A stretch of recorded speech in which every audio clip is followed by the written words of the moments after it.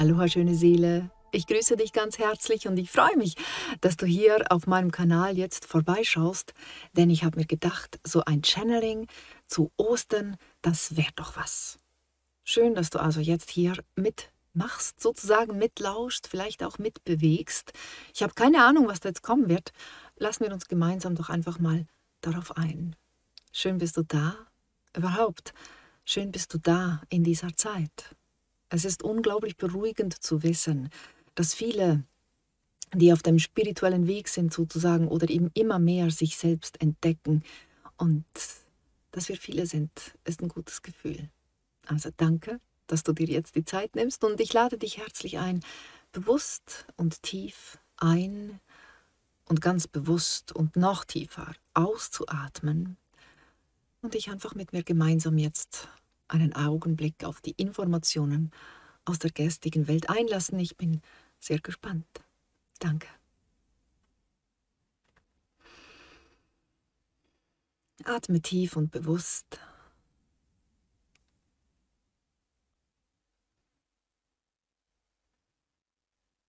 Und fühle, was es jetzt mal gerade so zu fühlen gilt in dir.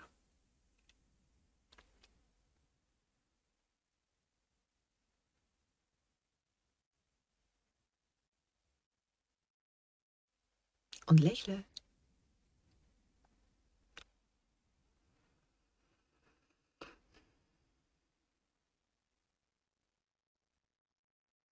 Und lade mit mir gemeinsam den Sajal ein.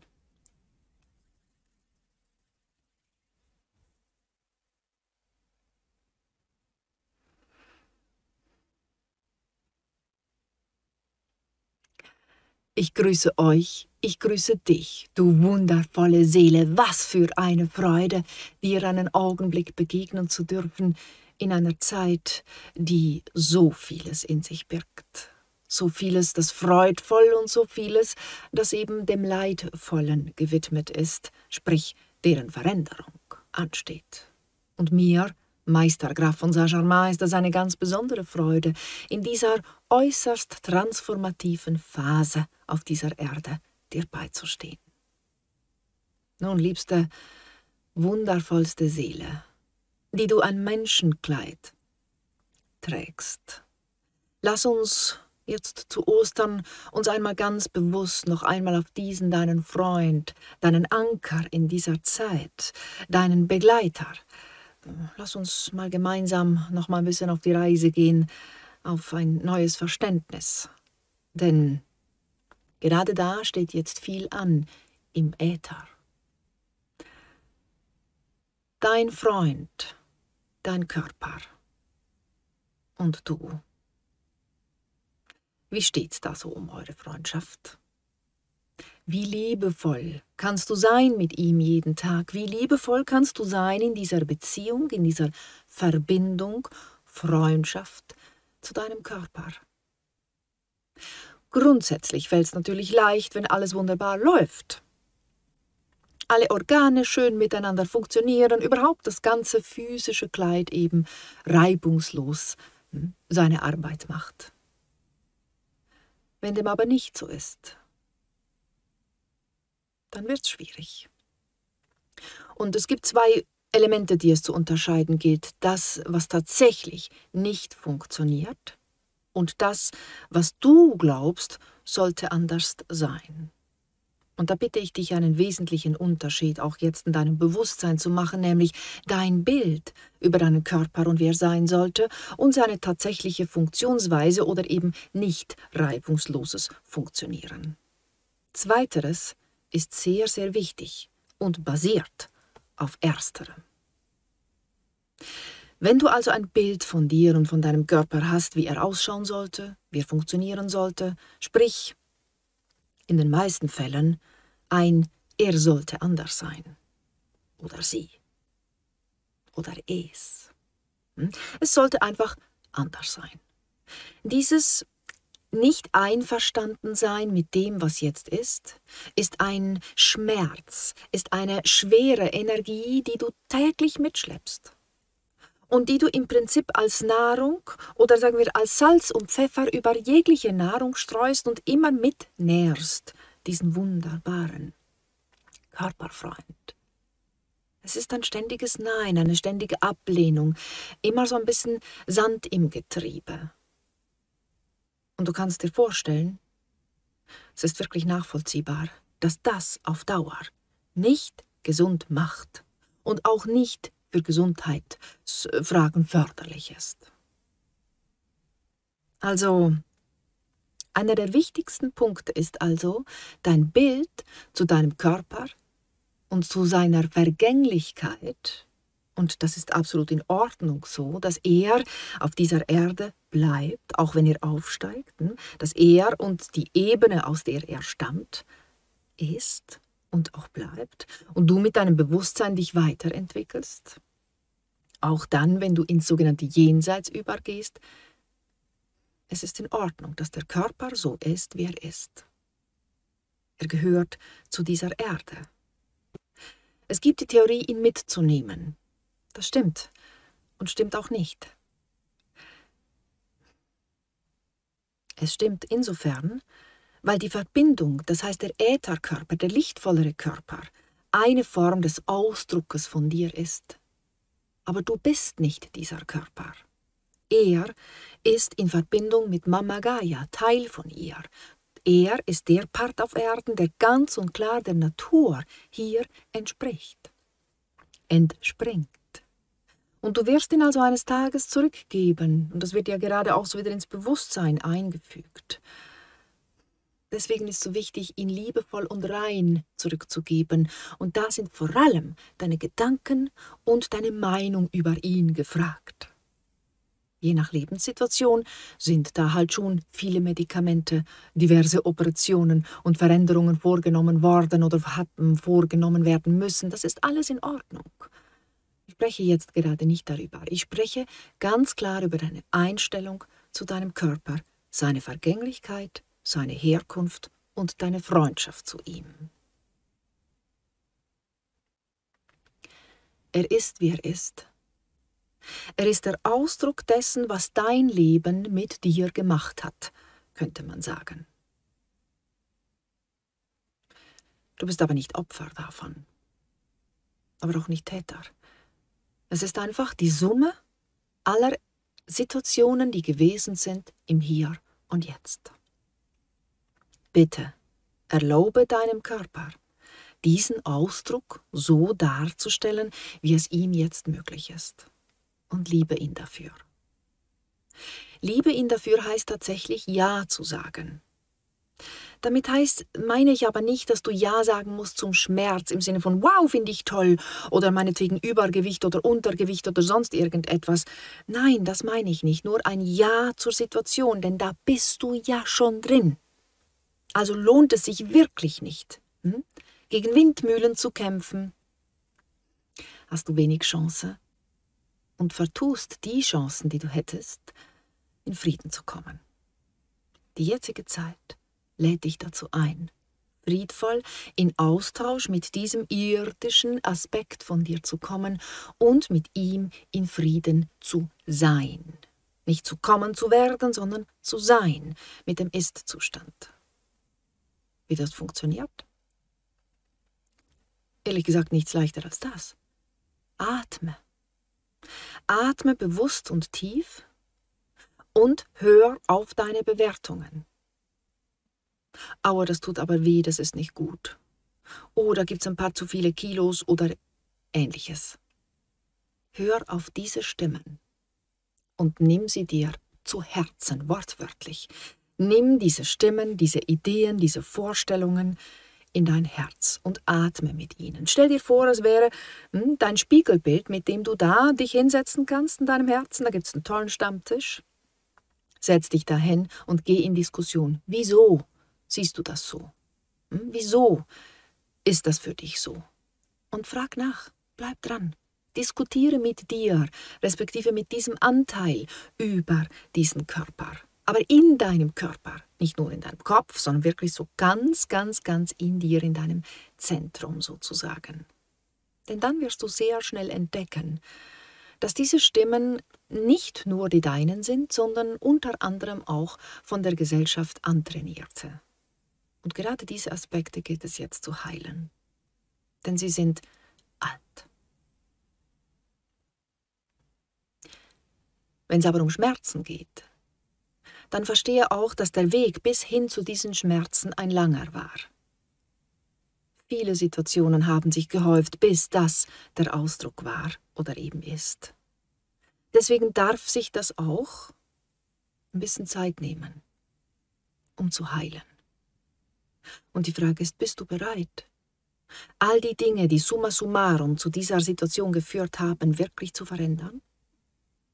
Ich wünsche es dir. Denn Leiden ist alte Zeit.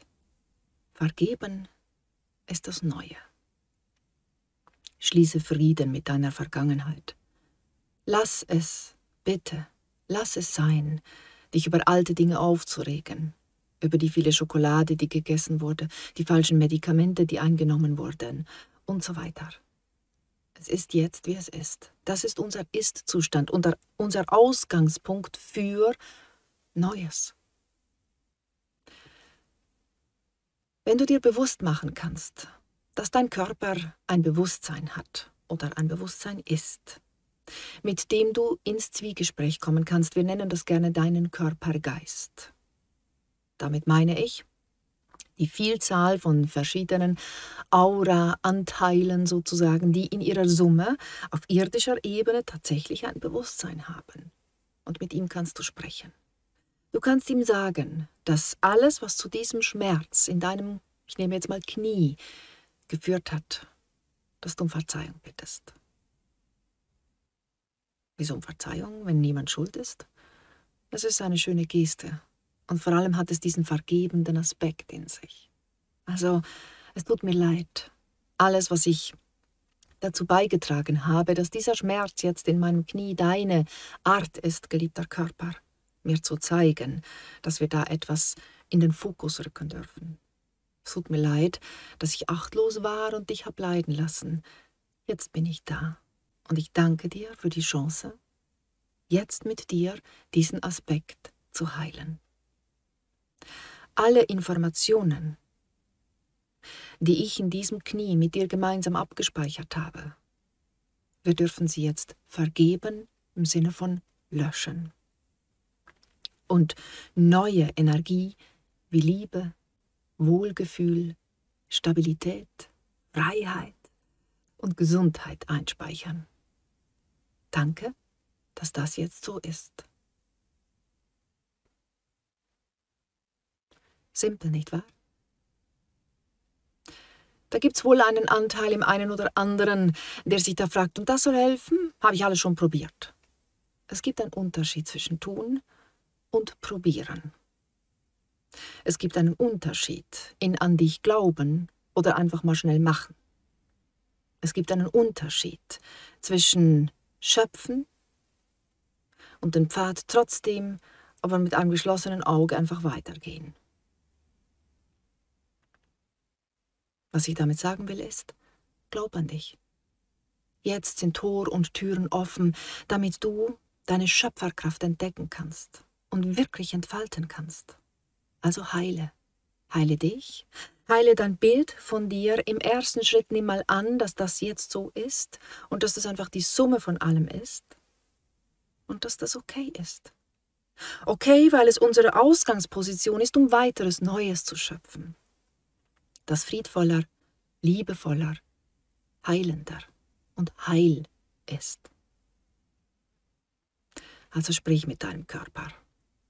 Geh ins Zwiegespräch, immer und immer wieder. Atme bewusst an diese Stelle, gib ihr Liebe, gib ihr Aufmerksamkeit, sei das nun eine physische Stelle oder sei das eine energetische, sogenannte Vorstellung von dir.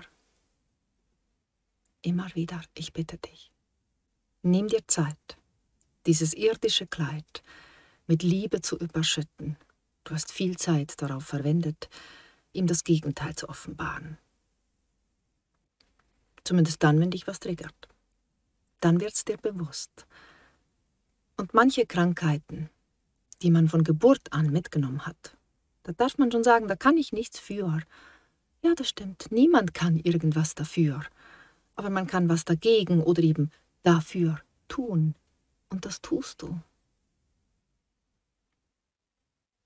Tust du nicht? Ich glaube schon. Auf deine Weise. Respektiere deine Weise, respektiere deinen Weg mit dem, was jetzt da ansteht. Es ist jetzt deine Aufgabe. Es kann und soll nicht anders sein. Das ist nicht Aufgeben von Träumen, Wünschen und Zielen. Nein, das ist Hingabe an das Leben. Und es ist eine Auseinandersetzung mit dem Verstand über das, was er anders haben will, was er bewertet, was er für besser oder für schlechter hält. Aber es ist nur ein Teil von dir und alle anderen Teile in dir und von dir zeigen, was tatsächlich ist. Also lass nicht zu, dass dieser Denker so viel Kraft und so viel Platz in deinem Leben einnimmt und es somit fast über den Haufen wirft. Jetzt in dieser Osterzeit hast du die Kraft und auch weit darüber hinaus, eine neue Beziehung, eine neue Freundschaft mit diesem Kleid einzugehen.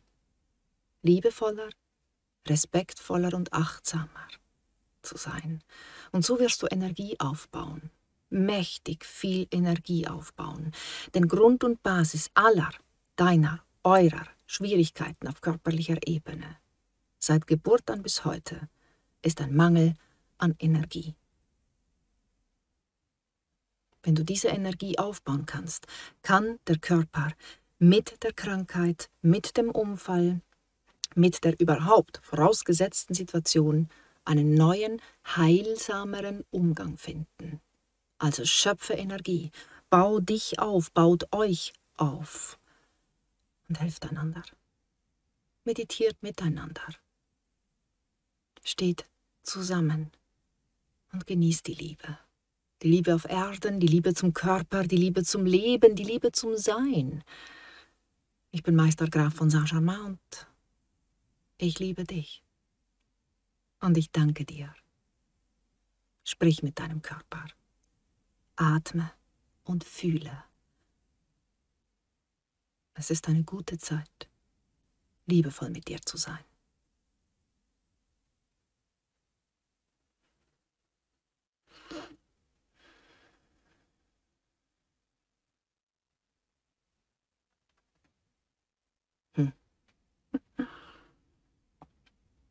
Aha. Ja dann wünsche ich dir meinerseits von Herzen viel Vergnügen mit dieser Erfahrung, mit dem Körper in neuer Verbindung zu sein. Ich nehme mir das sehr zu Herzen. Ja, das ist schön. Ich liebe meinen Körper. Es gibt Zeiten, da sind wir mehr Freund und es gibt Zeiten, da sind wir weniger Freund miteinander. Aber ganz prinzipiell weiß ich ja, was mir gut tut, was ihm gut tut. Und das zu fördern, ist eigentlich eine Freude. Schöne Seele, ich wünsche dir jetzt eine wunderschöne Zeit. Danke für deine Aufmerksamkeit. Danke für dein Mitschwingen. Ich freue mich wirklich sehr darüber. Alles Liebe von mir zu dir. Ich bin übrigens Adriana Meissal, für die, die heute hier das erste Mal reingeschaut haben. Und sag einfach Danke.